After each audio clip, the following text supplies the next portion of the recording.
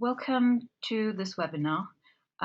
Just so you can see the faces behind the voice and voices, my name is Trina Revalt, and I'm joined by my colleague Laura Weiber today, and we're both from the Social Research Unit, and we will be delivering the first webinar of the Youth Justice Board's Effective Practice series.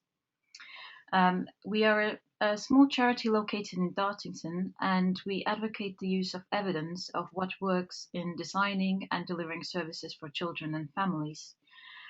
We have over 50 years experience of researching what works in improving children's outcomes across the education, health, social care, and criminal justice systems.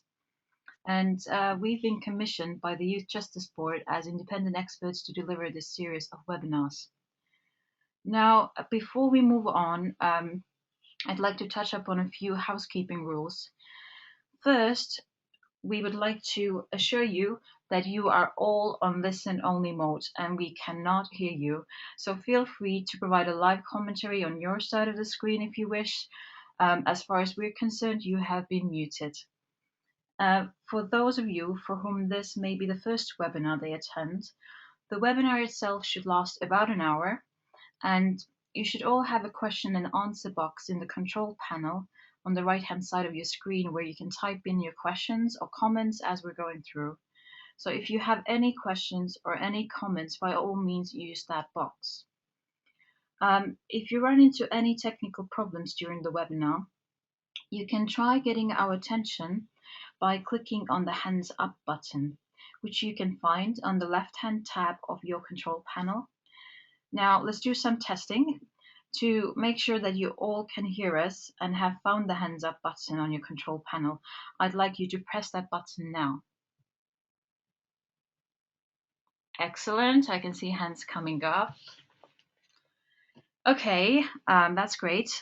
You can press the button again to put your hand down now. This sounds very much like in school, but it's worth testing. Excellent, all clear. This webinar will be recorded and it will be available for you to download in the next few weeks, and we will send those details through to you. So if you have any technical problems today, you will be able to access this webinar later, and you can also email me or send comments, whatever works for you the best. Now, about this webinar series. This webinar is the first of the series of 5 webinars altogether, and you should all have received an invitation with the dates for all of those 5 webinars. The slide in front of you is showing what those 5 webinars will be, and the first of these is what is evidence-based practice. All these webinars in this series support the launch of the forthcoming Innovation and Evaluation in Youth Justice materials, which are designed to provide youth justice practitioners with advice and information about program development and evaluation. As this webinar series is a first trial by the YJB of this method of dissemination, we would very much welcome your feedback on your webinar experience. So what we'll do is we'll be sending you a link to an online feedback form after each webinar, and we would be really grateful if you could spare about 5 minutes of your time to complete a brief survey, and your feedback would help us to improve our future webinars. Throughout the webinar series, we won't be promoting the YGB's vision or specific approach to effective practice as such. In fact, there will be some differences in terminology. For example, we will be focusing on evidence and evidence-based practice driven largely by rigorous research evidence. This varies somewhat from the way effective practice is defined in the YGB's practice classification framework. Having said that, we will be presenting concepts and discussing ideas that we all agree are important and essential in achieving the best outcomes for children and young people. Now, just to give you some sense of what we hope to cover in this webinar, it is divided into 2 parts. We start off by giving you a presentation that will be followed by a discussion, where we'll take the questions that you're sending through to us, and Laura and I will try to answer those questions. There will be also a sheet with frequently asked questions. If we aren't able to get to all of your questions in the discussion time, those will be collated at the end of the webinar and posted online for everyone to access. Again, we will send those details through to you. So I'm going to take the first half of the presentation, and Laura will take the second half, and both of us will be involved in the discussion along with you.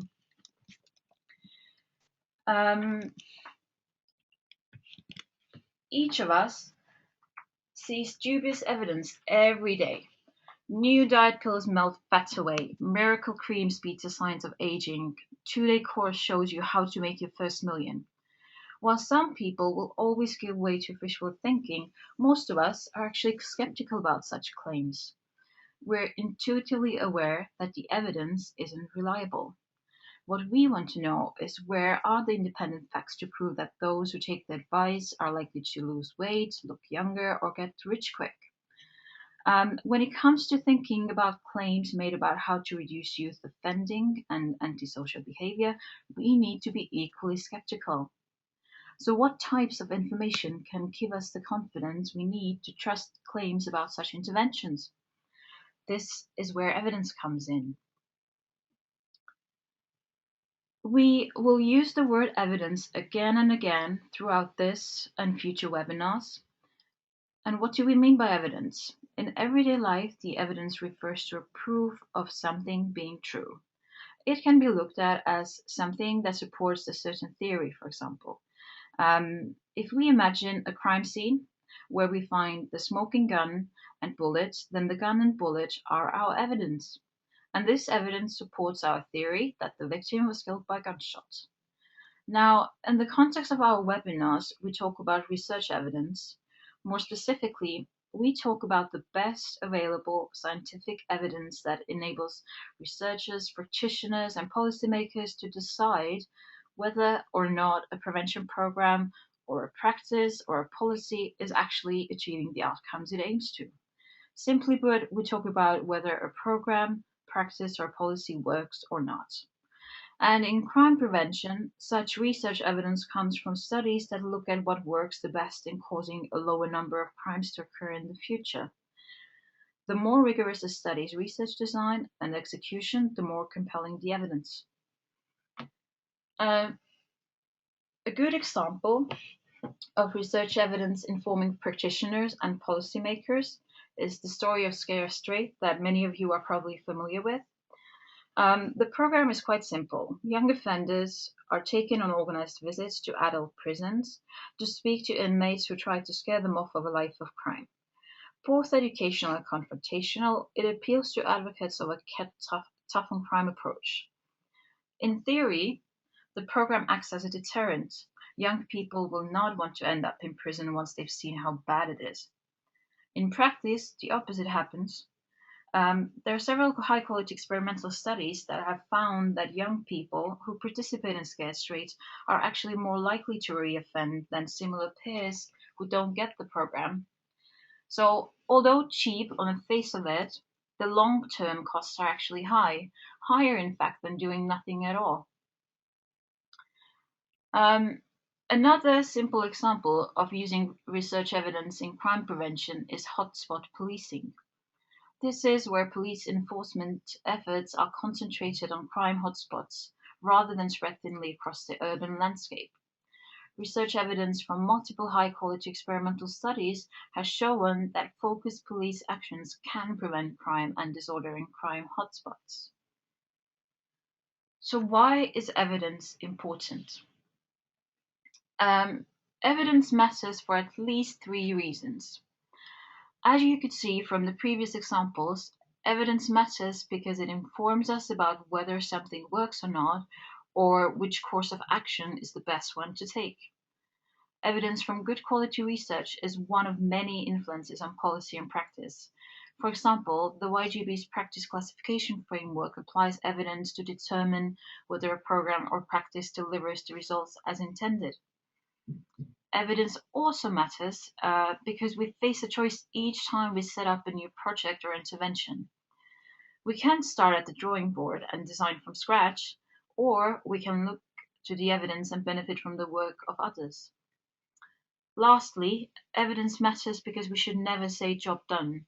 We should always be striving to innovate, to test, and to refine what we do. Finding out whether an intervention works is only the first step. Then we can investigate whether it works better for some groups than others, or whether it can achieve the same results more efficiently or perhaps even more in a more affordable way. To sum up, used well, evidence can prevent us from causing harm, help save time and effort, and give us confidence that we are doing the best we can for children and their families. So, how does evidence-based practice fit into all this? Is evidence-based practice just the act of implementing programs and policies that work, or is it something else? Evidence-based practice has become a jargony term that is tossed around by students, academics, and practitioners alike, and we often mean something different by the term. Some people think this means research proves that this intervention works, and some people think it means collecting data about interventions to show whether it works. And some people embrace the idea that evidence-based practice is a process of consideration. Now, historically, evidence-based practice originates in medicine, where it has been around for decades, in fact, for more than a century in some ways. For example, until the late 800s, surgeons did not scrub up before surgery or even wash their hands between patients, causing infections to be transferred from one patient to another. And doctors routinely moved from dissecting corpses to examining new mothers without first washing their hands, causing death by so-called childbed fever as a consequence. And then something intriguing happened. Um, there was a Hungarian medical doctor called Ignaz Semmelweis who was practicing in Vienna in Austria. And while working at the maternity unit, he noticed that women delivered by physicians and medical students had a much higher rate, around 13 to 18%, of post-delivery mortality than women delivered by midwife trainees or midwives. Those women had a mortality rate of 2%.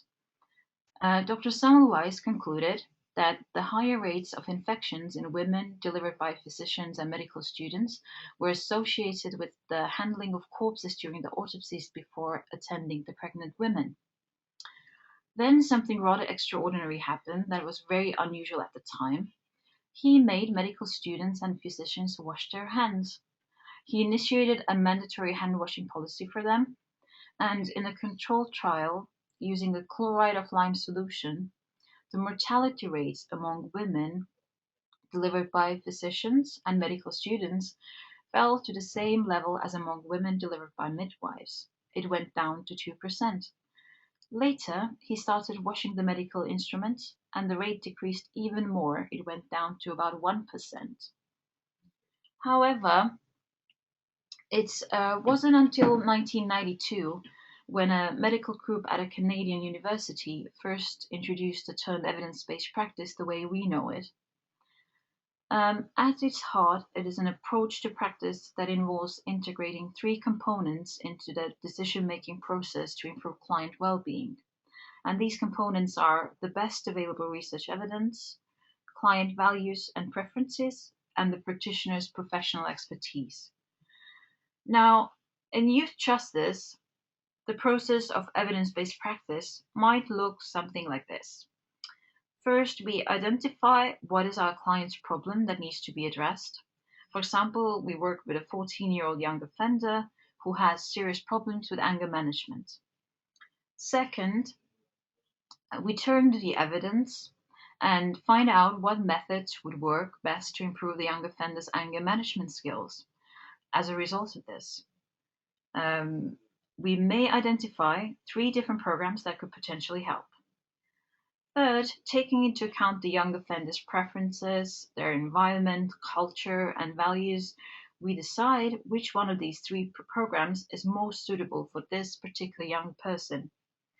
Now, throughout this process, we apply our skills and expertise as practitioner in finding the research evidence to support the solutions for a particular client.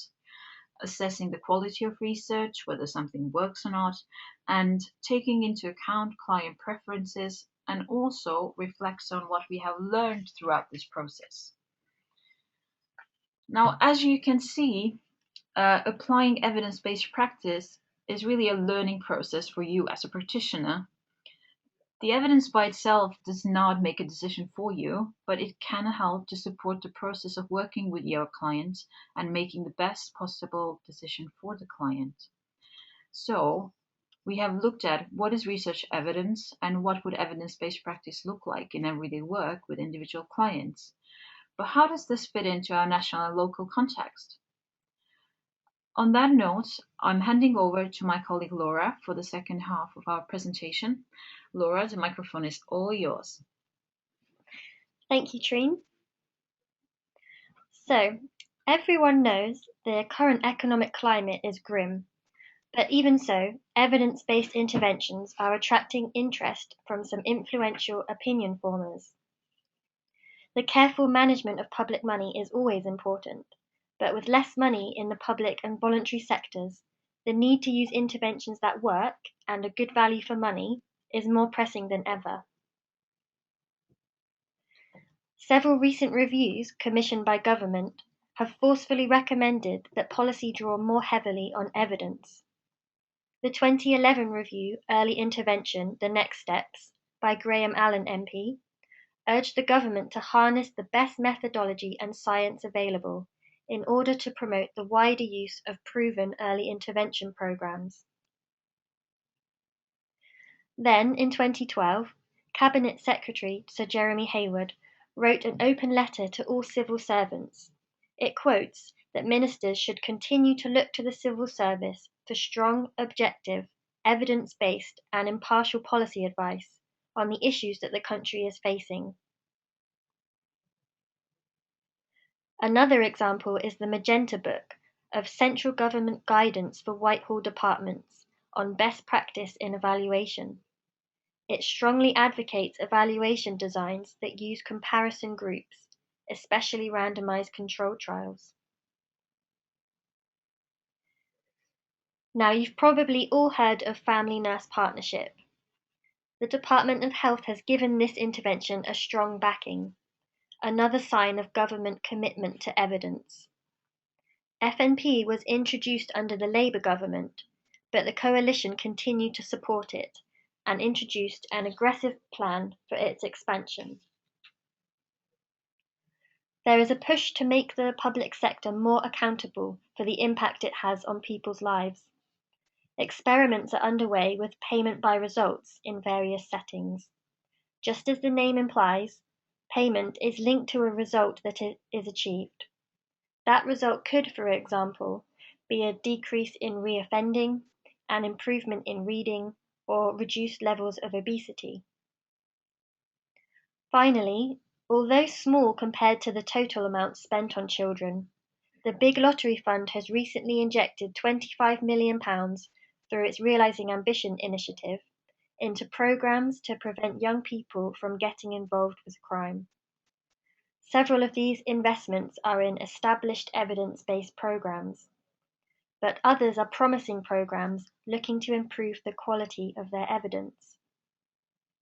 This is an example of using and working with evidence to innovate locally. In other words, using evidence is not only about implementing evidence-based programs. Of course, evidence does not always win out. There are competing influences on policy and practice. Practical or prudent motives in policymaking is one, as recent debates about drug use policy and minimum alcohol pricing demonstrate.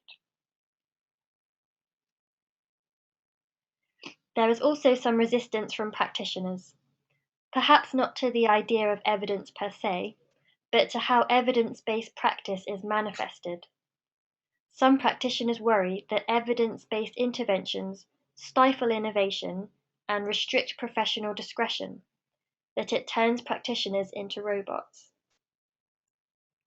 In the academic community, some academics argue that much of the evidence is simply not good enough, i.e., the quality and execution of methods in evaluation studies needs to improve.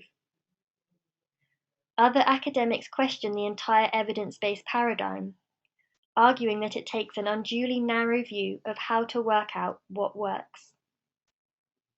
Some argue that it ignores context, that just because something works in one place doesn't mean it will work elsewhere. A further point of resistance is more practical. It concerns the alleged poor fit between evidence-based interventions and the public service systems they need to operate in. And there is ideological resistance too, the concern that the evidence-based movement involves a more managerial style of working and an undue focus on risks that may not actually lead to anything at all. So far, we have been using terms like evidence-based and intervention, but what do they mean? We'll start by separating interventions into evidence-based programs, practices, processes, and policies, what we at the Social Research Unit call EBP4 for short.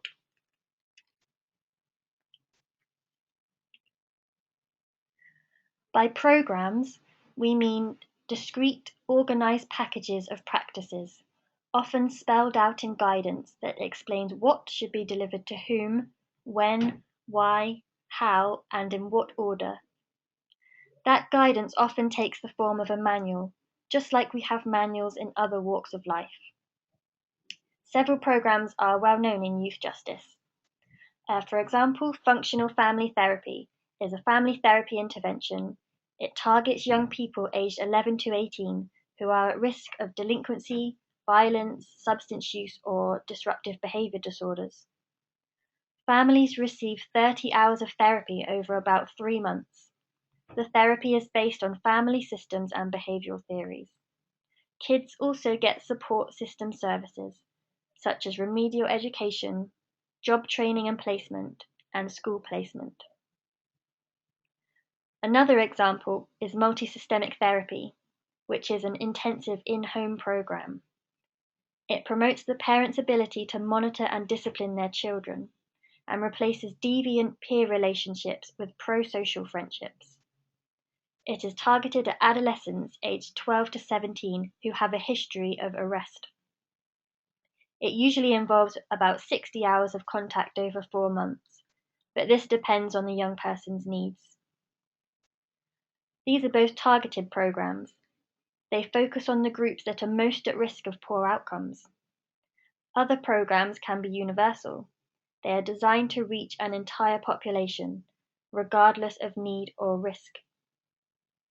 The good behavior game, for example, puts a whole classroom of children into different teams and gets them to compete to be the best behaved. Much of the available evidence does relate to programs. This is partly because programs are most suited for testing using experimental research designs. This is the best way of assessing whether something works. But there is a range of other evidence-based options. Practices refer to the activities of practitioners. These are things that teachers, social workers, psychologists, and other professionals can do differently at the front line in trying to improve the well-being of children and families. Cognitive behavioral therapy is one example. It's a clinical technique that mental health workers, youth justice practitioners, and other people in helping professions can apply in a range of contexts. Then there is motivational interviewing. This is designed to guide the individual's motivation and commitment to change in order to achieve identified goals. Motivational interviewing is a component used in several evidence-based programs. There is a movement towards breaking down programs into discrete elements, techniques or practices that are aimed at changing people's behavior. For example, one review identified 7 critical features or practices of parenting interventions to address conduct disorder. These include being based on social learning theory, using group settings, and including role play and homework so that parents can practice what they have learned. Likewise, Other researchers have identified what they call evidence-based kernels. These reflect the core elements that lie at the heart of effective programs. For example, a lot of evidence-based parenting programs include elements such as timeout and verbal praise. Whereas a program would usually prescribe what is done, by whom, when, and how, the approach of kernels relies on staff being able to work with much more general guidance to implement a technique. The third P of EBP4 is processes. These operate in service systems. They include various things such as how young people and families are expected to access services and how their needs are assessed. In medicine, a triage is used to make sure that people get the right service. Getting a better fit between children who need help and the services to help them has significant potential to improve outcomes. We know that services are supporting a lot of children who could probably manage without that help. We also know they are not picking up other children who have serious impairments to their health and development. But there are evidence-based ways of matching children's needs to services via processes like well-tested screening tools. Indirectly, these can lead to better outcomes.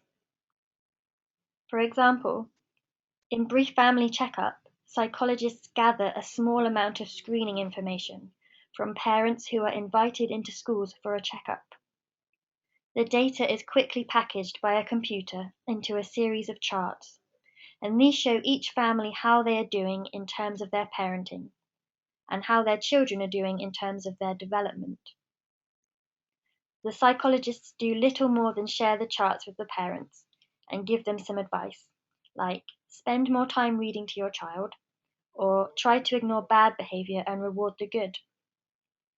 This approach can pick out those children who are at high risk of really poor outcomes and encourage their parents to seek a range of extra help.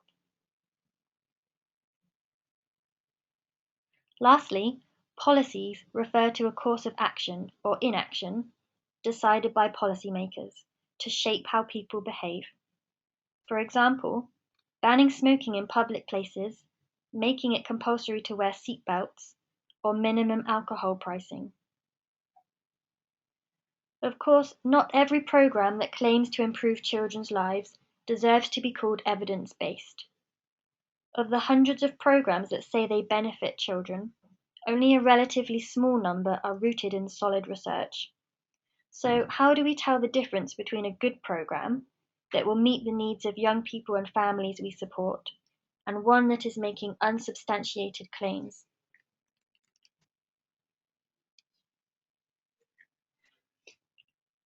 Like any popular term, evidence-based takes on multiple meanings. Another way of saying that a program is evidence-based is to say it is tested and effective. Tested means it has been put through its paces by a thorough, independent evaluation. Effective means there is strong evidence that it makes life better for children or families. It helps to talk about standards of evidence, which is the last topic of today's webinar.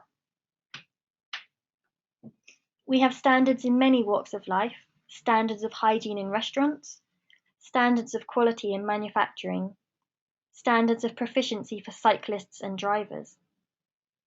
People or organizations meeting the standards are known to be sound or good. Equally, those standards serve as a guide to others who aspire to reach that level of quality. At the Social Research Unit, we've been involved in developing some standards of evidence for what works in improving children's outcomes. These standards revolve around 4 questions. First, what is the intervention? This involves spelling out who it is for, what is done, and what is the underlying rationale. We call this intervention specificity. It relates to the design of the intervention. The second question asks, does the intervention affect child outcomes and not do any harm? We call this impact. We look at what robust evaluations can tell us about whether and how much the intervention improves outcomes for children. Third, is the evaluation of the intervention good enough to give confidence in the claims about impact? We call this evaluation quality. The emphasis is on evaluations that use a comparison group. When done well, these designs give the most reliable indication of impact. Finally, the fourth question asks, is there sufficient information and assistance for the intervention to be replicated? We call this system readiness. The acid test is whether the intervention can be implemented at scale in the real-world context of a public service system. We will describe these standards in more detail in the next webinar, but for now it is worth saying briefly how they can be used. Taken together, the standards represent a very demanding test. You can use them to help assess whether an established program is worth implementing.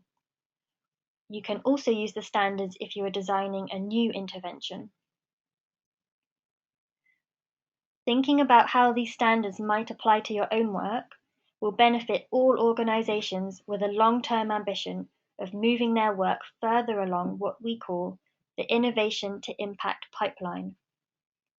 The pipeline sums up the idea that innovation and evidence-based interventions are not opposed to each other. In fact, it is through innovation that is well-designed, logical, and evidence-based that we can test what works in improving children's outcomes. And we can refine and improve the impact of those innovations that we already know do work. You may not be running an evidence-based program now, but potentially, with the right design and evaluation inputs, what you are doing now could be an evidence-based program in the future.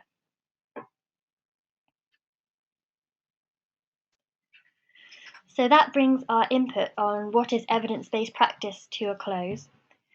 And we're going to move on now to our discussion section. And I know that Trine has been collecting some questions for us to answer. So we'll take one of those questions now. And by all means, if you have any others, please keep sending them through to us. Right, we have quite a few interesting questions that have come through, and I think the first one is for you, Laura. How would you respond to the counter-argument to evidence-based practice that it turns practitioners into robots? Okay, that's a good question. Actually, the successful implementation of evidence-based practice wouldn't even take place without a practitioner's professional expertise and experience. A practitioner's knowledge and skills are essential in identifying what's the level of need of the young people that they work with, what problems would even need to be addressed as a priority, what would be the best intervention for each young person, how best to implement these interventions, and so on. And also, many practitioners actually report that using an evidence-based program can have the opposite effect. So a structure, materials, and clear expectations can improve practitioners' confidence and instincts and help them hone their overall skills. So I hope that answers the first question. We've had another one here that I will pose to Trine. It asks about client values and preferences as part of evidence-based practice. And could you elaborate more on that? I'm certainly going to try. In every relationship between a client and a helping professional, the professional brings to the encounter his or her own expertise and experience, and the client brings his or her own personal and unique concerns, sometimes expectations, and their own values. So these client preferences and circumstances and values would need to be taken into account when making the best decision for that specific client we work with. And sometimes there's a perfect match between who the intervention is designed for and tested on and what are your client characteristics. However, in real life settings, the evidence that is accumulated is based or can be based on a population that is different from your client you're working with. And then you will have to find the best way to adapt what is available research evidence to the context in which you're working. So the number of such contextual variables that could affect your decision are numerous. It could include ethnicity, cultural differences, income level and income security of your client, housing, family situation, and so on. So, for example, if you have sufficient knowledge and expertise, using interventions originally used with preschoolers may be modified to assume more cognitive sophistication in, for example, elementary school students, or dealing with views of unmarried mothers as suitable caretakers of their children may differ by ethnicity, or different cultures may permit more or less child tending by older siblings. So your conceptual mapping of the situation will have to take into consideration these kind of perspectives when working with your client. So I hope that answers that question. There's a question that came through, and I think that's going to go to you, Laura. Can you say more about evidence-based kernels? Sure. The kernels really are the core or the active ingredients of effective interventions. In clinical terms, you could say they're specific clinical procedures that are common to lots of evidence-based programs. For example, in one study, over 615 treatment protocols were represented, and they identified just 41 practice elements common to the most effective interventions. On one hand, this approach of focusing on the implementation of common elements of effective interventions has some advantages. It provides a lot of flexibility to practitioners in delivering these components, and it also allows them to mix and match these according to clients' needs. It could also potentially be simpler and cheaper in terms of workforce development when compared to training the workforce in an evidence-based program. But on the other hand, this approach relies heavily on the workforce being highly competent and able to work without specific guidance, because the beauty of evidence-based programs is that they tend to come with manuals that package the common elements or the kernels in a certain way that is easy to use and produces positive results when you implement it as it's intended. We've had another question come in here for Trin, and it asks about the best evidence that comes from randomized control trials. And does that mean that things like anecdotal evidence and case studies do not qualify as evidence? That is a very good question, and I can actually see links to some extent with the question that just came in on how do we distinguish between good evidence and bad evidence. So we're all aware that evidence comes in many forms and varies in quality. So when we talk about the evidence on effectiveness, which is the main focus throughout our webinar series, then we have to consider which type of evidence is reliable and which one is not. And to some extent, this is where the standards of evidence come in that Laura just mentioned and that we're going to focus on in our next webinar. But overall, evidence from RCTs is on the top of this sort of evidence hierarchy, and we have more confidence in these results. At the same time, when it comes to opinions from respected authorities based on their experience and single case studies, for example, then these are placed in the bottom of such hierarchy, as this evidence is less credible, and we just can't generalize it very well to a wider population because, well, for various reasons, because the sample sizes are too small, the focus is very specific to one situation, and the design is relatively simple.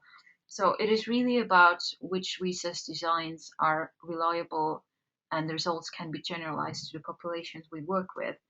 But that, of course, does not mean that single case studies have no value. Far from it. Single case studies are often designed to provide insights into a research question that has not been previously explored, for example, in much detail. And Most commonly, these insights are provided by study participants through either focus groups or in-depth interviews.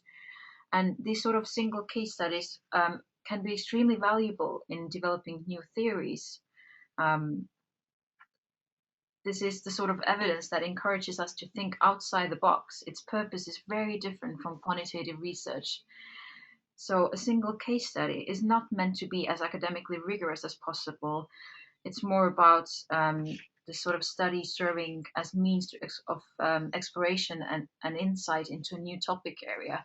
So it really depends what sort of questions we are trying to answer. And when it comes to effectiveness questions, then this is where the trial evidence comes in. But there's definitely a space and room for case studies out there. There's a question that came in for Laura.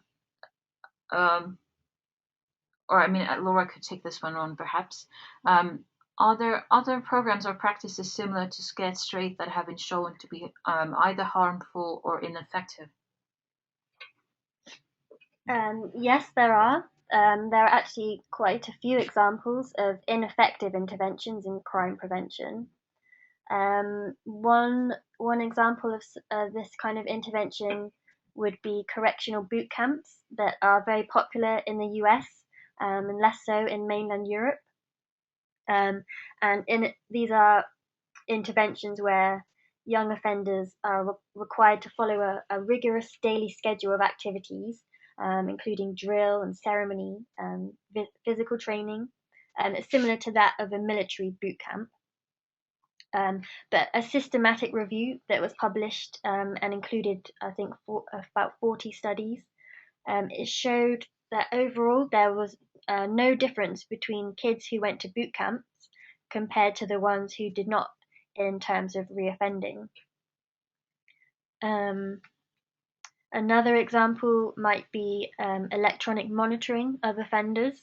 There's a lot of research out there on various applications of electronic monitoring when used as a tool for reducing crime, but there's actually no research evidence to support that it is effective in reducing offending. It only tells us where the offenders are when committing crimes. And also, many of you may have heard of a famous example called the Cambridge Somerville Youth Study. This is probably one of the most famous examples of crime prevention gone wrong. It was a community-based program for children and adolescents in Massachusetts in the US. It was established in the 1930s, and it was a program that focused on reducing delinquency. Children in the program received a counselor who visited them and their family twice a month. And they referred the children to a variety of different programs like tutoring, medical treatment, psychiatric treatment, summer camps, other community programs as well. And this program was tested with a randomized control trial, which is the gold standard of evidence. And it showed that the program had no impact on youth offending or when children in the program aged into adulthood. In fact, those in the program were more likely to be rearrested for crimes as youth and adults. And the trial also showed some negative impacts on physical and psychological health. So those are just a few examples that are relevant to crime prevention interventions. Thanks, Laura. Okay, we've got time for another question. Trin, you mentioned earlier that there are differences in terminology, and you talk about evidence and evidence-based practice, which is different from the Youth Justice Board's effective practice. Could you maybe say a bit more about that and explain what is the difference? It's a very challenging question, but I think that the main perhaps difference is that when we talk about the evidence in the context of effectiveness of interventions, then we tend to talk about the highest quality research evidence coming from experimental evaluations employing a control group, randomized control trials, as you just said. And ideally, we would like to see this evidence coming from those trials, and the application of this evidence would be a high quality evidence-based practice. Now, when it comes to effective practice, then YJB defines it as practice which produces the intended results.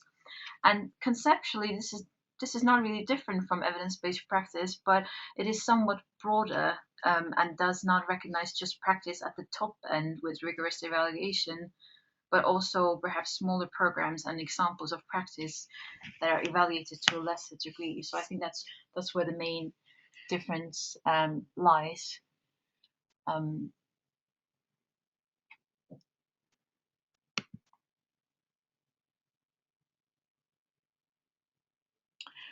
We have a very good question just came through, which says the preference for RCTs favors the gathering and analysis of quantitative data. This is often overly narrow, and how can qualitative data contribute to evidence in this approach to research? Excellent question, and I hope to some extent the previous question we had on the quality of evidence and where the fact that there are case studies which are largely based on qualitative research versus randomized controlled trials that heavily produce quantitative research, then I guess one of the things you would need to bear in mind is that before any program or intervention or any product comes to the point of being trialed, there is years and years of extensive research, a lot of it being qualitative research into different aspects of those interventions, testing of theories, testing the elements of interventions, and so on. So the trial is really a final step of a very long process that includes a lot of qualitative research. And as we mentioned in our presentation earlier, this is not where it really stops as well. Trial only tells us whether something works or not, whether it improves outcomes for children or not, whether it reduces offending behavior or not. But it doesn't necessarily tell us right away, for example, which specific target groups it works the best on, whether there is further testing we could do, whether there are further things that we could explore. For example, we could interview parents attending parenting groups and ask their views on which elements work the best. We could explore how many sessions they would think would be an optimal number of sessions they could attend, and so on. So there are a lot of aspects about evidence-based programs that will be explored using qualitative research, and it feeds into the improvement of evidence-based practice and evidence-based programs throughout the whole process. So I understand that it may look that it's heavily weighted towards RCTs that focus on quantitative research, but none of this would happen without qualitative research taking place at the same time. So the way I see it, they're both equally important. They're just answering slightly different type of questions in our quest of research. Let's see if we have time for one more question at least, and do not worry, we'll address other questions of yours in our frequently asked questions sheet that we'll send out later on.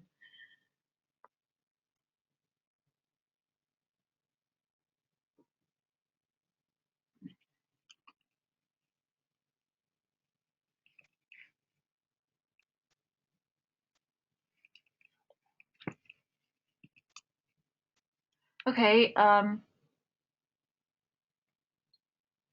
there is a question on, I'll just read it out. Do you think service delivery organizations need to commission independent evaluations to make the evidence more reliable, or can they collect evidence themselves with equal merit? Laura, are you happy to take this one on? Yes, I'll give it a go. We understand that many organisations, particularly charities, are not in a position to commission an independent evaluation. An RCT, for example, is a very costly evaluation. And there are other things that you can do to collect evidence. in the innovation to impact pipeline that we showed you earlier, there's a step in the middle that is about outcome monitoring, and this is something that you can do yourselves. You can use standardized uh, questionnaires to monitor outcomes of children when they enter an intervention and when they leave an intervention, and this will help you to see whether the outcomes are moving in the direction you expect. Now, this isn't as robust an evaluation as a randomized control trial, because there's no control group of children who aren't receiving your intervention that you compare the outcomes to. But it is a first step on the road to more robust evaluation, and it will also it gives you information that you can use to help refine the delivery of your intervention as well. Thanks, Laura. Do we have time for one more question? Yeah, we'll take one more on. We have a question here. Are evidence-based programs for young offenders as limited as they appear to be?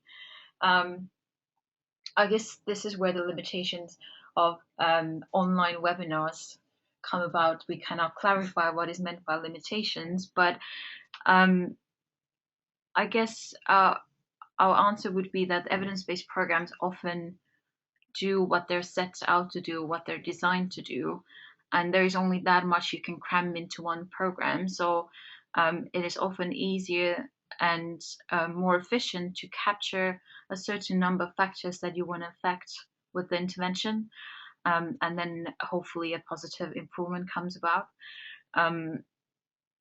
So programs are often what makes the programs effective is that they're targeting specific factors and they aim to change specific outcomes.